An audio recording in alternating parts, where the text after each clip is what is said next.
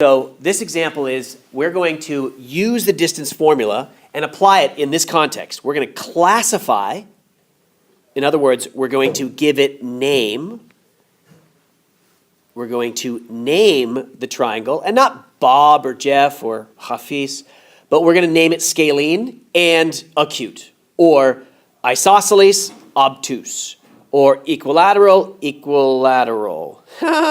Let's fix that. Angles, this one here should be equiangular. Angular. Kill the lateral, replace with angular. So equilateral, equiangular. So two names, a first and a last. So we're going to classify by the sides. So it's one of these three. Classify by the angles, it's one of these four. Okay, so how do we do that? Well, remember, to classify by sides, I need to know about congruence, right? So I need to find the lengths of each side. In finding the lengths, that is a distance formula question. Well, what about classifying by angles? What kind of question is that?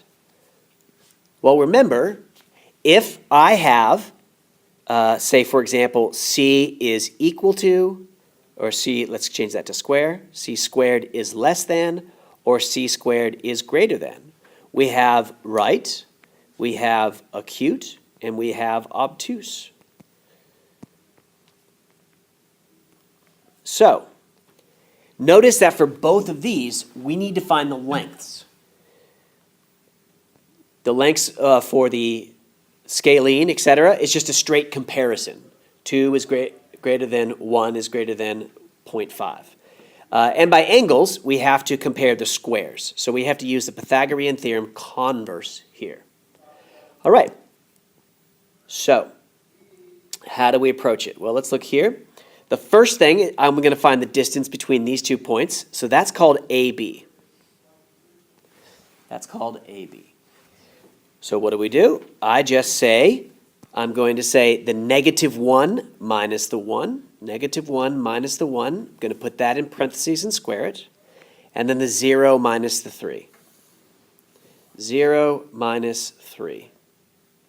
All squared and radical around my entire problem. Notice I'm keeping the pattern. I'm starting at B and going to A, starting at B, going to A. The pattern is not important. I could start at A and subtract the -1, 3 minus 0. It doesn't matter. But be consistent, go in the same direction. And now we simplify from here. If you can do parts in your head, then I encourage you to do so. And that should be a plus. -3 all squared. And please keep the radical until you've actually used it. -2 squared is 4. -3 squared is 9. Radical 13. We'll keep it there. Not done, because now we have to find out the distance from B to C. So this time, we are going to be using the B and the C values. So now to use BC, I'm going to say something like this. The 2 minus the -1, so beware of that double negative, and the -4 minus the 0. Okay, so 2 minus a -1, and all that's going to be squared. And then the other one is -4 minus a 0, and all that's going to be squared. Don't forget a plus in between, and the radical around the whole thing. I'm going to skip a step because we can just do some of this in our head. This part here becomes 3. Why? Because of the double negative, and 3 squared is 9, so this is just simply 9. -4 times itself is going to be positive 16. And this reduces to square root of 25, which is 5. All right, so far I found AB, which is radical 13. If you need to know what that is, just punch that into your calculator to get an approximate value for comparison's sake. And this will give me approximately 3.6.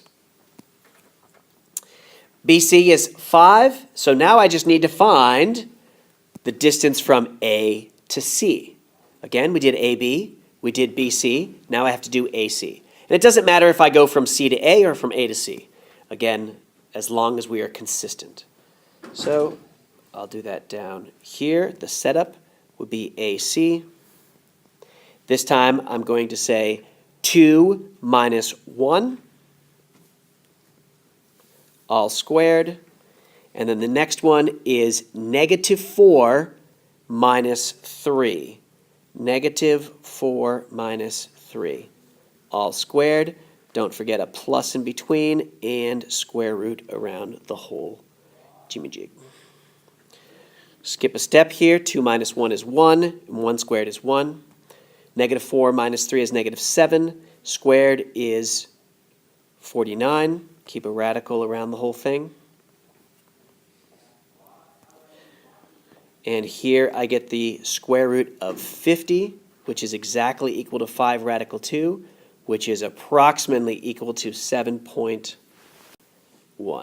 7.1. So now what do I do with this? That's my first big step.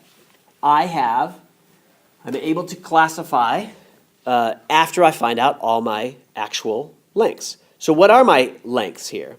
If I were to write them out, I have about a 3.6, I have a 5, and a 7.1.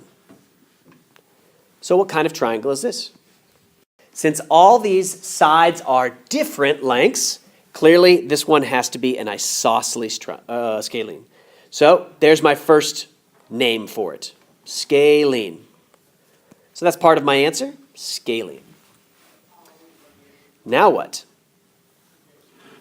I'm going to have a second name for it, and it's going to be something like obtuse, right, or acute, based on Pythagorean theorem converse.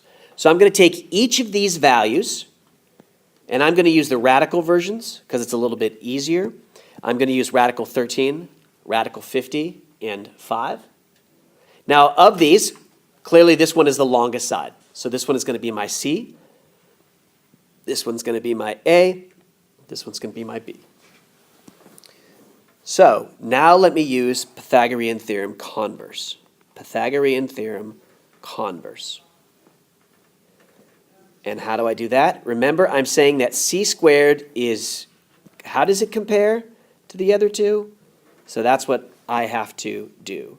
Well, the C squared, we already determined. That one was my radical 50. So I'm going to keep the radical there.